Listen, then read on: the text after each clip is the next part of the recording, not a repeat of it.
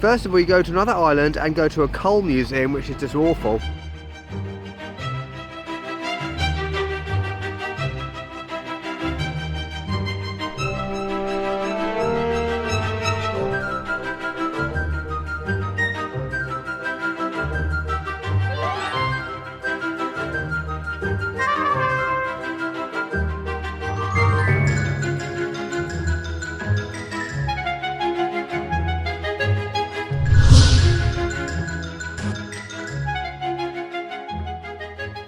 Good morning everyone, and welcome back to my channel, First World Traveller, and welcome to Japan. Yes, I'm finally in Japan, and more specifically I'm in Nagasaki.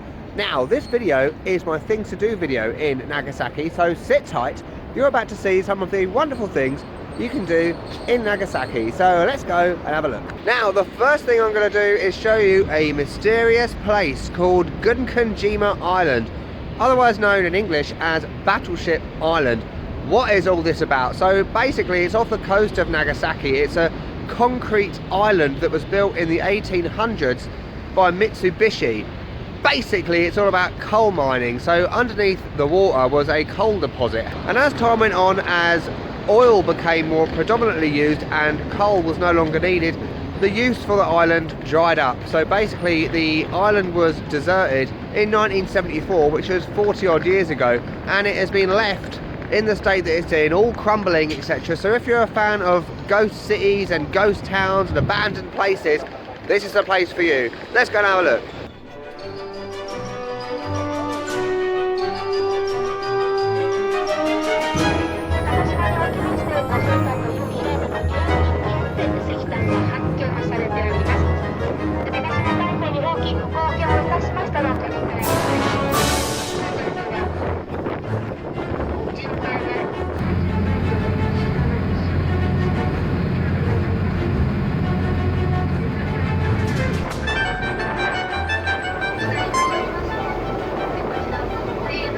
Okay, welcome to Gunkanjima, otherwise known as Hashima Island, not Sashimi Island as I keep calling it, or Battleship Island. You can see a massive seawall around the island, which was basically to protect the island from typhoons.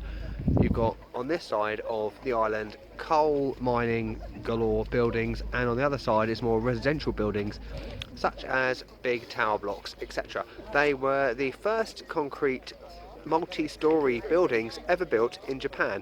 And useful fact of the day, Gunkunjima or Hashima Island was the most densely populated place in the world, even more so than Tokyo.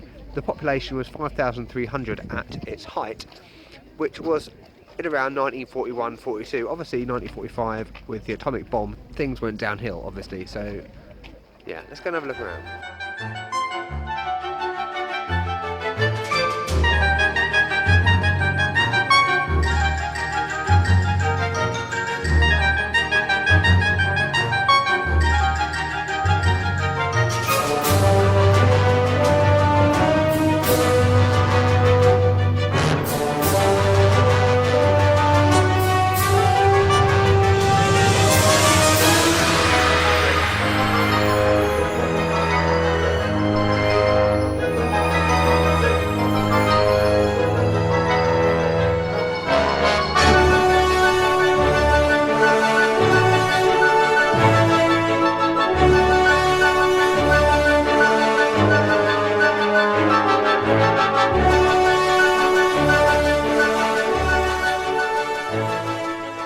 I'm first off the Blood Diamond, back from Gunkanjima. Just quickly, would I recommend that as a thing to do? No, I wouldn't. It was boring and rubbish.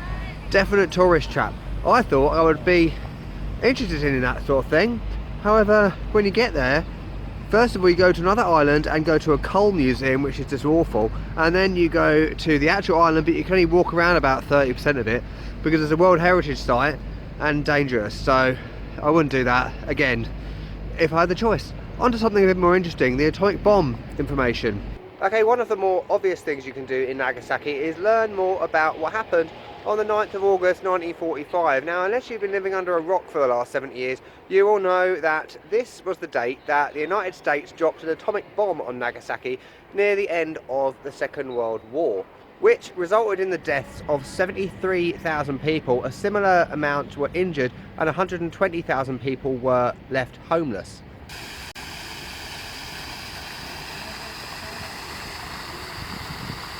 So this fountain behind me was put together to symbolise the amount of people that died through horrific burns and basically died begging for water in the aftermath of the bomb. There we go, Fountain of Peace. Behind me are the remains of a prison which was originally on this site. It's not very far, about a kilometre from the Hypocenter where the bomb was dropped. It was made out of reinforced concrete and steel, and as you can see, it was reduced to basically nothing.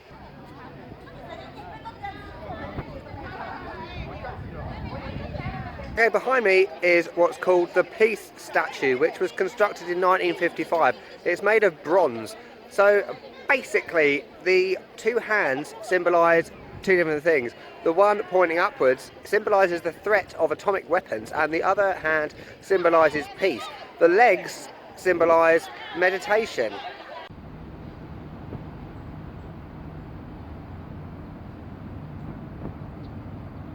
Behind me is the Hypocenter Cenotaph. So this is the exact point where the atomic bomb exploded, or more accurately 500 meters above this point. So that behind me was part of a church, which was the grandest church in Asia at the time before the atomic bomb.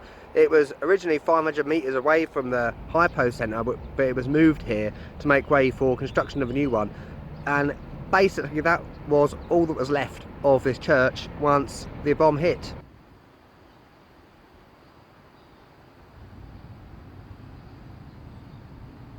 This is the ground level at the time of the atomic bombing. So I've just come down these steps here from the cenotaph to find this little area. So in there, you might not be able to see because it's reflecting, is basically a load of debris and bricks, etc.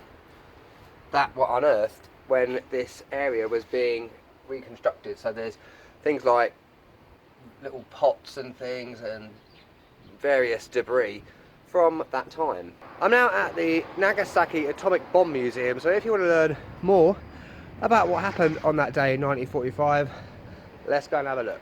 So as you can see behind me, the cost to get into the Atomic Bomb Museum is only 200 yen, which is about £1.30 something, and $1.70, so pretty inexpensive to get in.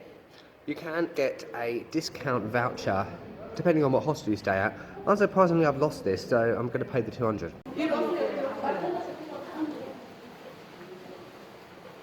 Okay, this clock behind me was in a house 800 meters from where the bomb exploded, and as you can see, it stopped at 11:02, which was the exact time the bomb exploded.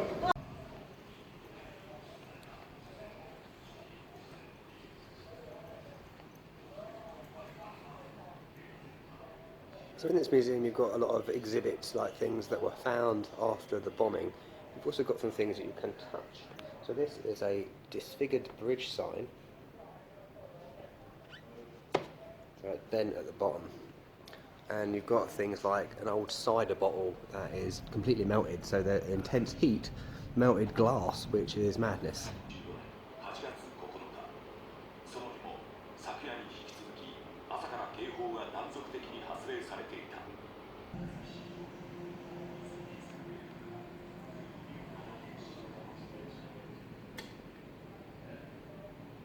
So this bit is quite scary. It tells you all about the effects of radiation. So behind me is the spleen of a normal person. That's the small one down there.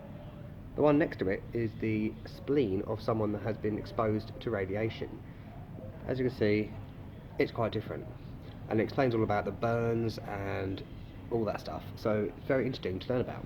Okay, so that museum was really good, very informative. The last section is all about how the world are continuing to do nuclear tests, including America, the UK, China, Russia, India, Pakistan and North Korea.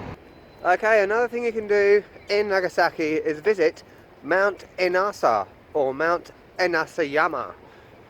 You get there by going up a ropeway, or also known as a cable car.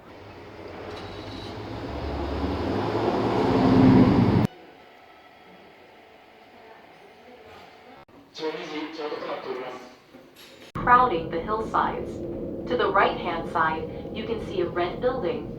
Nearby is the Glover House, which was inscribed onto the UNESCO World Heritage List in 2015. So I'm now up Mount Inasa.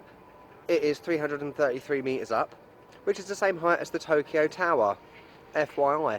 Also, interesting fact is that at night this has been voted one of the top 3 night views in the world, along with Hong Kong, which I can agree with, and Monaco, which I can also agree with because I've been to both of them.